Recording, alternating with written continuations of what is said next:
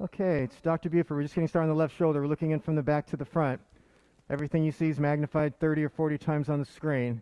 And we're looking here. Here's the biceps tendon just at the tip of that cannula. The biceps anchor here actually is a little bit frayed, but not too bad. I'll put in a shaver here. We can use this as a probe, and also if we need to smooth out any rough areas, we can use this to do that. That looks pretty good. Here's the tear in the rotator cuff tendon.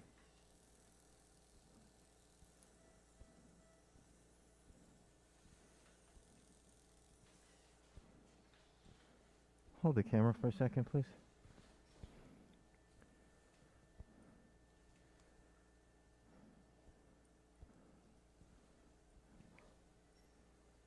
And so this is right where that tendon showed up as being torn.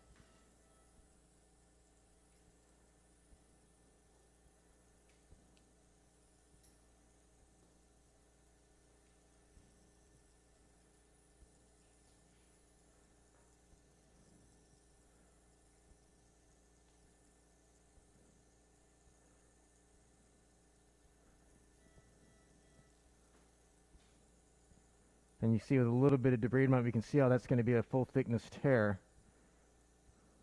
So we'll open up a suture anchor to fix that. But before we get started on that, we're going to look around the rest of the joint.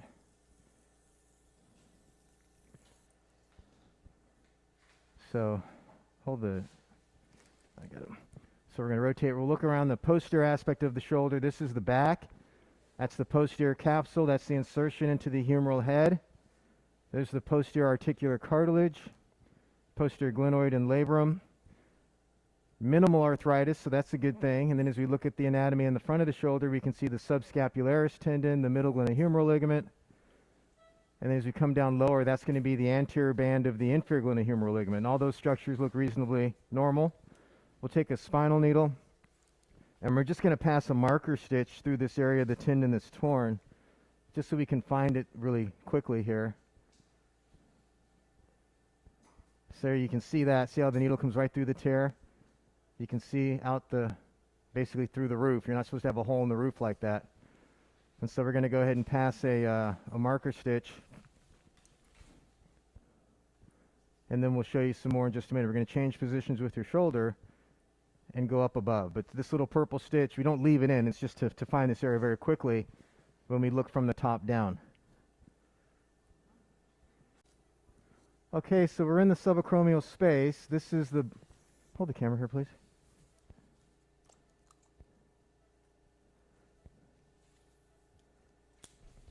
Can I get a little Raytech, please? This is the shaver that you're about to see coming in here. And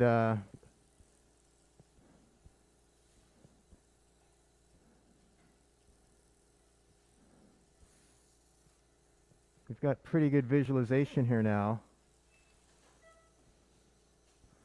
We'll find that marker stitch because we know that's going to show us where the tear is.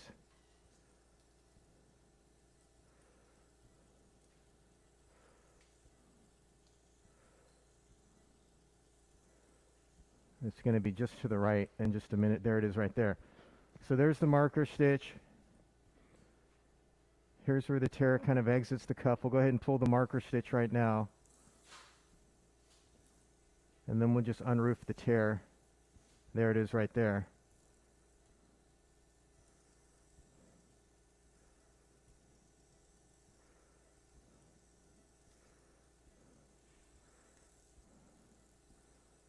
Okay, and there we are looking down into the joint. You can see the articular surface there.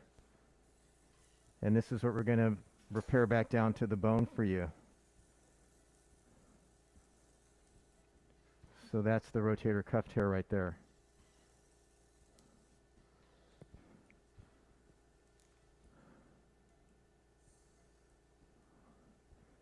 I'm trying to look underneath to see if there's anything unusual about this tear in terms of if it's split or if there's an additional injury. And that looks reasonably straightforward. We're going to hold the camera. We're going to put the shaver in the front.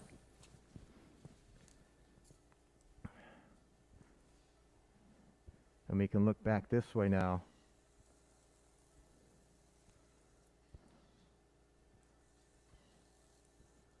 And so now we can see that tear. And there's a little bit of a split there. We're going to incorporate that into the repair. But I think we can see enough now to plan this repair. Spinal needle. Okay, so this is what we use to plan our anchor placement. Down into the joint is in here. That's down into the shoulder joint. That's the edge of the articular margin there, the articular cartilage. The edge of the lateral edge of the footprint's way over here. So we're going to split this difference basically and place an anchor right about here, right about mid-footprint, which for you works out to be about 6 or 7 millimeters back from the edge. So we'll place this right about here.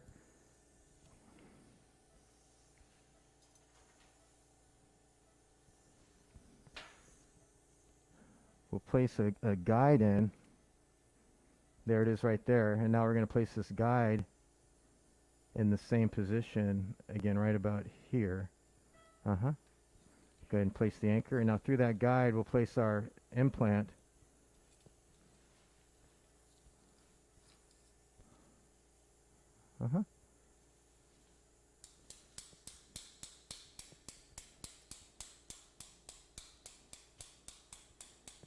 Okay. And now we'll unload the inserter. And you can see there's 3 sutures here to work with. We'll pull tight on them. I'm just trying to make a little more space. So we'll pull tight. Now that anchor's seated, that looks good.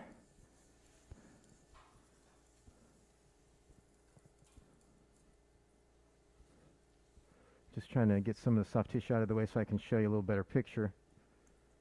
Okay, and so now we're gonna pass these sutures from the right side of the screen, which is the back of your shoulder. So that means taking out a suture on the left side of the screen.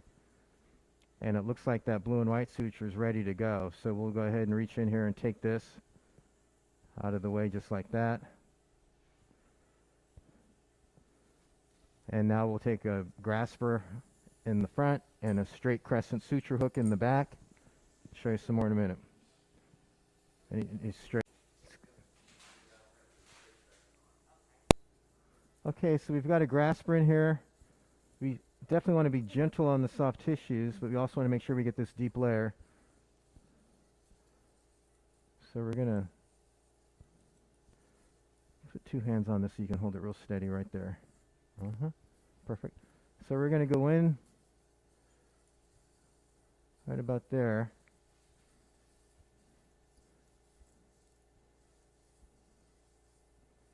You can just see us coming through. That looks pretty good. That's all the way underneath.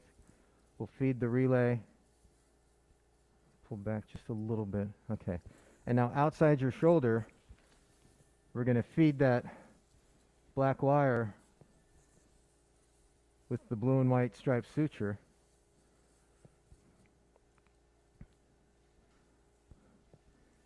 Okay, and then as we pull slowly, you'll see that come down. See right there how there's a little hole there. We pull that out, and that looks great. So now we'll use a turn to the left suture hook next. Before we do that, though, we're going to get the partner blue and white suture. We're going to pull this one tight, like that.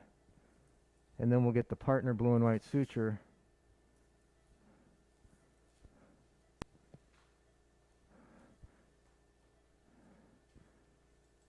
We'll go ahead and tie that.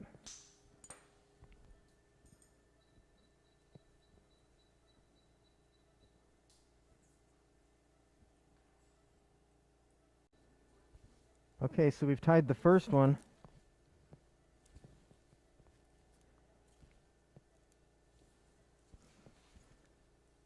You can see the first suture's tied there. Now we're going to work on another one. And just to my eye, it looks like we want to take this black and white striped one perhaps.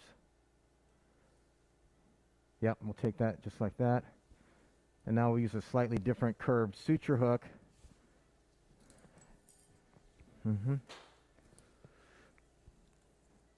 And this time our stitch is going to go something like that. Down here, come out there. Hold the camera there.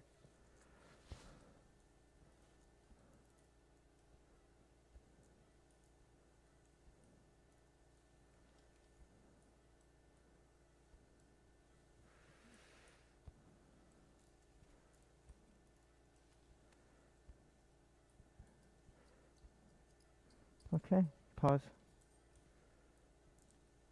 Pause. Pause. Here.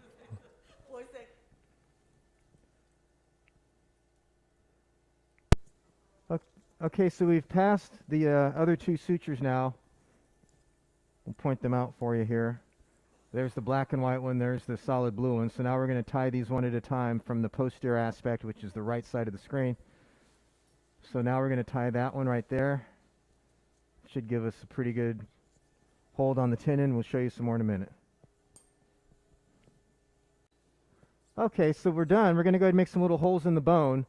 This is what opens up the marrow space and allows some of the proteins and cytokines and even stem cells or mesenchymal stem cells or medicinal signaling cells, whatever you want to call them, to come out and participate in the healing response. Keep going. Okay, so a couple little holes like that in the bone will hopefully help in the healing process. You see there's one, there's the other. Here's the repair. Okay, so this is solidly repaired back to the bone now, not going anywhere. We've made a couple little bone marrow vents. We're going to turn down the pressure on the pump,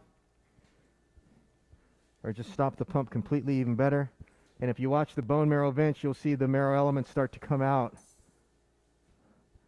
Looks like little yellow droplets. There's some of the bone marrow coming out. That one too. That looks great. So we're going to finish up and get you back to the recovery room shortly. Good luck to you now. Bye-bye.